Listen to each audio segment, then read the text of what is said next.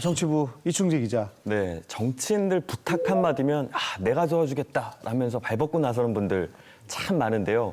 근데 정치인들이 꼭 명심해야 되는 것이 있습니다. 이 부탁도 할 만한 사람한테 해야 된다는 것입니다. 그렇죠. 그렇겠죠. 의원님의 살벌한 보디가드. 네, 말씀해 주시죠. 오늘 이야기의 주인공은 정치인 A씨인데요. 이 A씨는 중견기업 대표를 지내면서 권력과 재력 둘 다 가지고 있는 아주 야심찬 정치인이었어요. 근데 국회의원 선거를 바로 코앞에 두고 협박에 시달리기 시작했습니다. 자신이 대표로 있는 회사, 그 회사의 주식을 샀다가 3억 원을 손해봤다는 분이 매일같이 찾아와서 협박을 했던 것이죠. 근데 이분은 보통이 아니었어요. 이 돈 안 돌려주면 당신 마누라, 자식 다 죽여버리겠다. 이런 선뜻한 말도 하고 심지어 조직폭력배를 동원해서 A씨 회사와 집 앞에 이렇게 진을 치고 있는 그런 살벌한 상황도 연출을 했습니다. A씨도 가만히 있을 수는 없었죠. 그래서 경찰에 신변보호 요청을 했어요.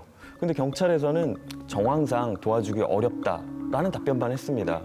결국 A씨는 이 조폭들의 협박에서 벗어나기 위해 또 다른 조폭과 손을 잡게 됩니다. 지역 고향에서 알고 지내던 조폭 간부가 있었는데요.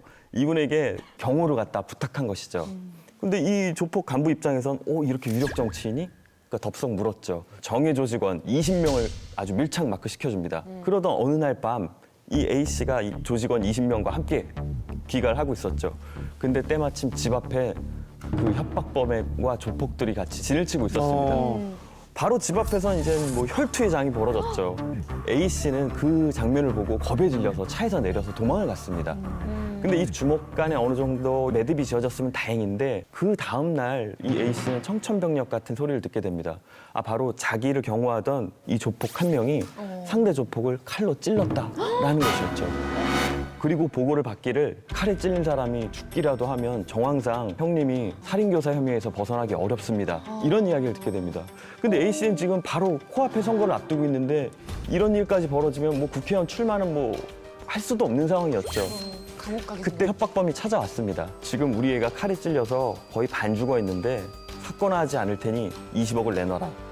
A씨는 이때 고민을 했어요. 20억이 뭐 작은 돈이 아니잖아요. 그렇죠. 근데 그때 바로 옆에 있던 조폭이 형님 제가 중재를 하고 오겠습니다 라면서 중재를 하고 왔는데 8억 원의 협의를 보고 무마하기로 했습니다. 이 이야기를 듣고 현장에서 바로 자기 압수표 8억 원을 써줬습니다. 사건은 당연히 뭐 무마가 됐고요. 이 정치인 A씨는 2달 뒤에 국회의원 선거에 출마해서 당당하게 마치 아무 일도 없다는 듯이 당선이 됐습니다. 하지만 A씨는 새카맣게 모르고 있던 것이 있었습니다. 바로 양대 조폭들이 사실은 서로 공모해서 A씨의 돈을 뜯어냈던 것이었죠. 사실 A씨 집 앞에서 벌어졌던 혈투는 가짜 혈투였습니다. 그러니까 A씨만을 위한 한편의 액션 영화였죠. 칼에 찔린 사람도 없고 칼을 찔른 사람도 없었습니다. 일부러 8억 원을 뜯으려고 처음에 20억을 부른 거군요. 그렇죠. 처음엔 20억을 부르고 너무 크니까 8억 원에 합의를 봤다. 이 정치인 A씨는 지금 국회의원이 된 상황에서 이 사실을 알고 노발대발했죠. 결국 양조폭, 그다음 협박범까지 모두 다 구속됐습니다. 근데 A씨의 신변도 안녕하지 못했습니다. 워낙 죄진 것도 많았고요. 특히 주가 조작 혐의를 받고 있었어요. 그러니까 2년 6개월의 실형을 받아서 결국 이 모든 분들이 교도소에서 사이좋게 지내는 상황이 벌어졌습니다. 아이고. 야, 이러려고 정치인이 된 게 아닐 텐데 어둠의 세계하고 괜히 손잡았다가 결국 정치인 인생까지 끝나버린 거잖아요. 이래서 금묵자학이라고 하는 거죠. 근데 전 돈, 건물 나올 뻔했잖아.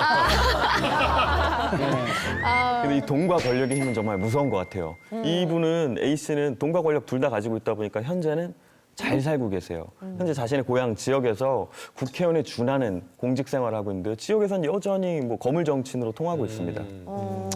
근데 이 조폭과 정치인의 이런 은밀한 거래나 관계가 영화에서는 많이 나오잖아요. 근데 실제로 그 관계가 뭐 계속 끊어지지 않고 우리 실생활에서 이어지고 있나 봐요. 정치인에게는 뭐 예전만큼은 아니지만 여전히 주목, 법보다는 주목이 필요한 그런 분들이 있어요. 그러니까 예를 들자면 선거철에 유세 현장에 나타나서 맨날 방해하시는 분들 이런 분들 굉장히 부담스럽고 없어졌으면 좋겠지만 경찰에다 말한다 그래서 해결되지는 않거든요. 착하게 살자 이런 분들이 나서서 착하게 사시죠 이러면은 해결할 수 있단 말이죠. 하지만 정치권에서는 이런 얘기가 있어요. 정치인이 멀리해야 되는 두 분, 무당과 조폭이에요. 이 얘기는 뭐 여전히 정설로 통하고 있고요. 특히 요즘에는 오늘 사건을 비롯해서 느끼시는 분들이 상당히 많을 것 같습니다. 정치인이 멀리해야 될 두 사람이 조폭과 무당이다. 필요할 땐 이용을 하지만 결국은 뒤통수를 맞게 된다는 것이죠.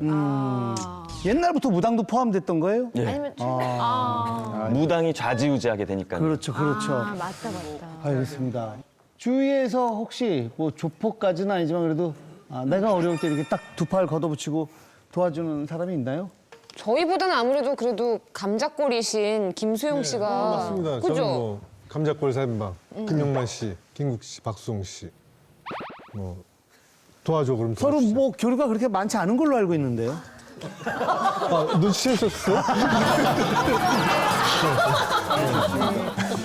자, 마지막으로 정리해 주시죠. 네, 요즘 더욱 와닿는 말일 겁니다. 민생을 책임진 정치인이라면 사람 가려서 만나십시오. 네.